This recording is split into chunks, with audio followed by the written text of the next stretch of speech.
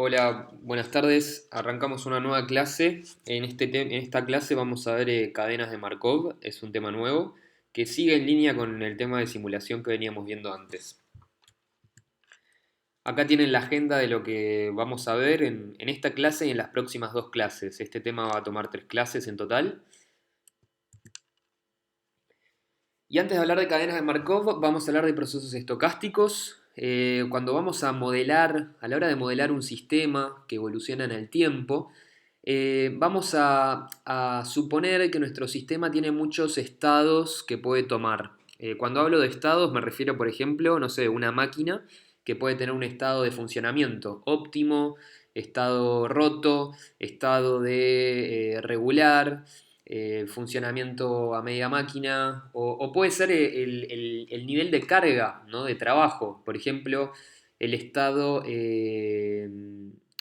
trabajo a máxima capacidad, estado de trabajo intermedio, estado ocioso, o sea, no hay trabajo. Y así sucesivamente ustedes pueden pensar muchos sistemas en la vida real con los distintos estados. Habíamos hablado en los temas anteriores que el estado podía ser la cantidad de personas que hay en una habitación, siendo que entran y salen personas, ¿no? El estado es algo que va a variar. Y ese estado va a variar en el tiempo. Es decir, que en cada intervalo de tiempo nuestro sistema va a tomar un estado distinto, ¿no? En cada punto en el tiempo. Ahora, va a existir una probabilidad de que mi sistema esté en alguno de esos estados, ¿no? Mi sistema es estocástico y evoluciona de manera aleatoria, pero yo no puedo saber en qué estado va a estar mi sistema, pero sí puedo saber la probabilidad de que esté en uno de esos estados. Entonces, en este caso, por ejemplo, mi sistema en la línea roja estaba primero en el estado cero, en el tiempo cero, después en el tiempo uno va el estado uno, que es el x1, después en el tiempo 2 va al estado n, y en el tiempo m vuelve al estado cero. Es decir, que fue cambiando. Pero en otra corrida aleatoria del mismo sistema, parto del estado cero también en el tiempo cero, pero en la segunda corrida mi sistema está en el tiempo n, o sea, en el intervalo, en el tiempo uno va al estado n, en el tiempo 2 va al estado cero y en el tiempo m va al estado uno. Es decir, que mi sistema va a cambiar de estado en el tiempo y lo va a hacer de manera aleatoria. Pero va a haber una probabilidad, es decir, no es que va a ser todo por igual, sino que la manera en que mi sistema evoluciona de estado a estado va a tener cierta probabilidad. Y eso me va a determinar un poco cómo entender a dónde puede estar mi sistema, dado un tiempo determinado. Los procesos estocásticos, de vuelta, definimos que nuestro sistema, que es la X, va a tener distintos estados, ¿no? La X es el estado de mi sistema, y ese estado va a evolucionar en el tiempo. Ese estado va a estar modificado o influenciado por variables aleatorias que ya vimos. Entonces, en el tiempo cero, podemos expresarlo con una probabilidad condicional. En el tiempo cero, cuál es la probabilidad de que mi estado esté en el estado cero. En el tiempo uno, cuál es la probabilidad de que mi sistema esté en el estado uno. En el tiempo cero, cuál es la probabilidad de que mi sistema esté en el estado 2 y así sucesivamente hasta los n estados. En el tiempo uno, en el medio, cuál es la probabilidad de que mi sistema esté en el estado cero, cuál es la probabilidad que esté en el estado uno, en el estado 2 y así sucesivamente.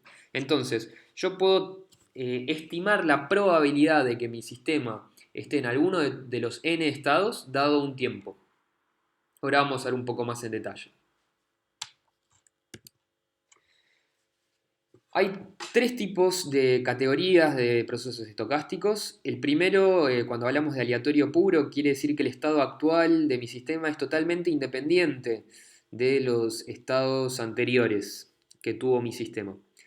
En los procesos de Markov o markovianos, que son los que vamos a estudiar en esta materia, el estado actual de mi sistema depende 100% del estado inmediato anterior en el tiempo, en el delta t anterior a mi sistema.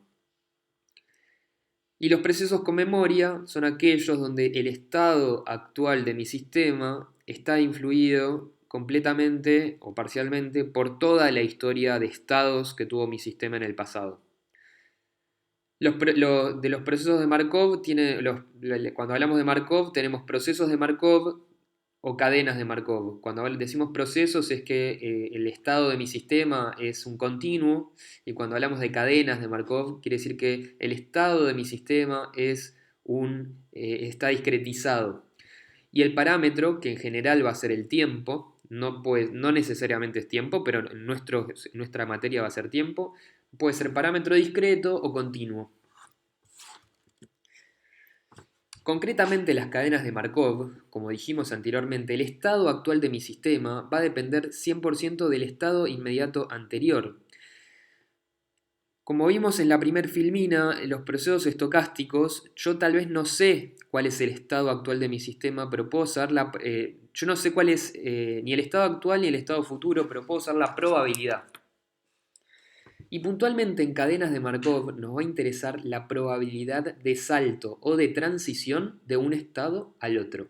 Como nosotros dijimos que nuestro sistema va a evolucionar de un estado al otro, siento que mi sistema tiene muchos estados, nos va a interesar bastante la transición de un estado al otro.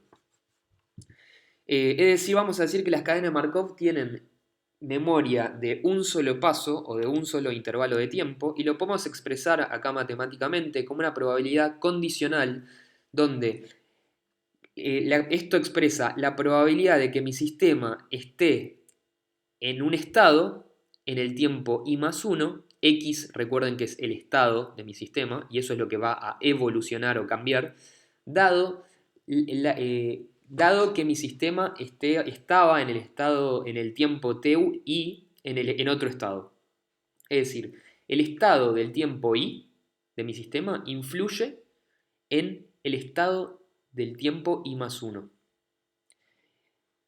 Y eso lo vamos a llamar una probabilidad de transición.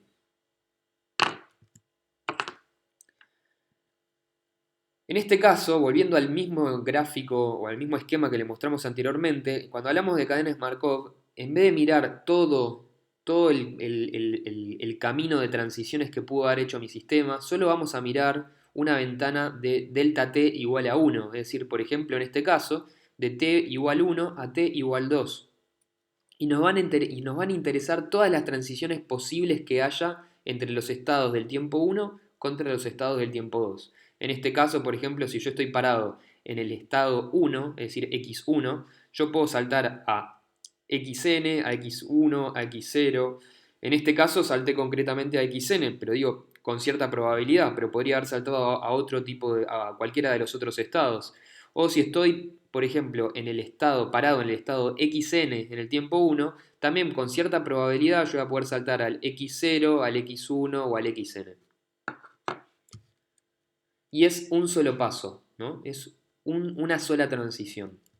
Entonces, vamos a definir la probabilidad condicional de transición de un paso como la probabilidad de estar en el estado i en el tiempo t y estar en el estado j en el tiempo t+1. Esa es la probabilidad de transición de un paso, la probabilidad de transición entre el estado i al estado j en un solo salto. Y de vuelta, es la probabilidad condicional de estar en el estado j en el tiempo t+1, dado que en el tiempo t yo estaba en el estado i. Entonces, esta probabilidad condicional de transición de un solo paso, piénsenlo como la unidad básica o un ladrillo con el cual yo después puedo construir una pared, porque si yo conozco todas las probabilidades de transición de un solo paso de mi sistema, o sea, de saltar entre cualquier pares de estados, yo conozco la probabilidad de transición de un solo paso, luego yo podría construir las probabilidades de transición de más pasos, de m pasos. Por ejemplo, si yo conozco la probabilidad de transición de un solo paso entre cualquier par de estados y j, yo después podría saber la transición de 10 pasos entre cualquier par de estados y j, porque eso es equivalente a 10 probabilidades de transición de un solo paso, ¿no? O sea, yo después puedo descomponer un problema de mayor ventana temporal, pero utilizando varias probabilidades de condicionales de un solo paso. Pero lo más importante acá es que ustedes tengan la probabilidad condicional de transición de un solo paso, ¿no? La definición, la P y J. P subíndice y J. Ahora, si yo conozco las probabilidades de transición de un solo paso, puedo generar de todos mis estados, yo tengo n estados, puedo generar una matriz de n por n, que cada posición de la matriz tiene la probabilidad de transición entre dos estados. ¿Y cómo se lee esto? Las filas o los renglones es el estado actual, el estado donde actualmente está mi sistema, y las columnas es el estado en el próximo intervalo de tiempo. Entonces, se pueden pensarlo como la fila, el origen, el estado de origen, y la columna, el estado destino.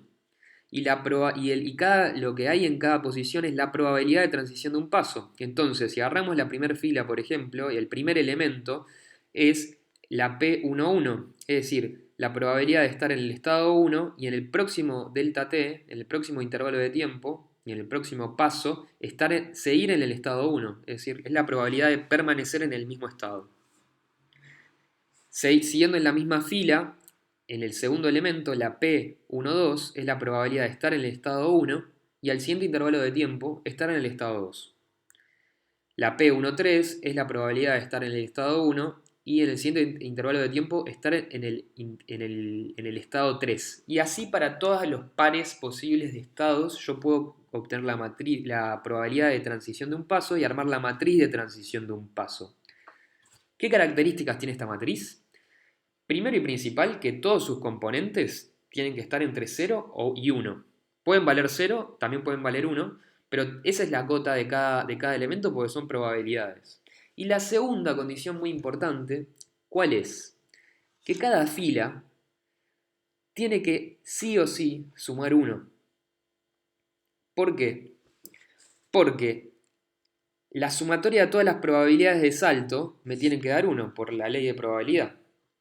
Entonces, con esas dos condiciones, y más que adicionalmente que la matriz es cuadrada, yo obtengo la matriz de transición de un paso para todos los estados de mi sistema. O sea, yo con esta matriz puedo entender las transiciones de un paso de mi sistema completo.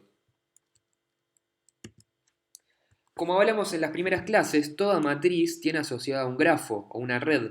Entonces, nosotros en este caso, por ejemplo, tenemos tres estados, el A, el B y el C, y tenemos un grafo, una red, donde los nodos son cada estado y las flechas o los arcos son las probabilidades de transición. Entonces, fíjense que yo si estoy parado en el estado A puedo saltar al estado B en un intervalo de tiempo, o al estado C en el próximo paso, o permanecer en el A en el próximo paso. Y cada uno de esos arcos o flechas va a tener una probabilidad asociada.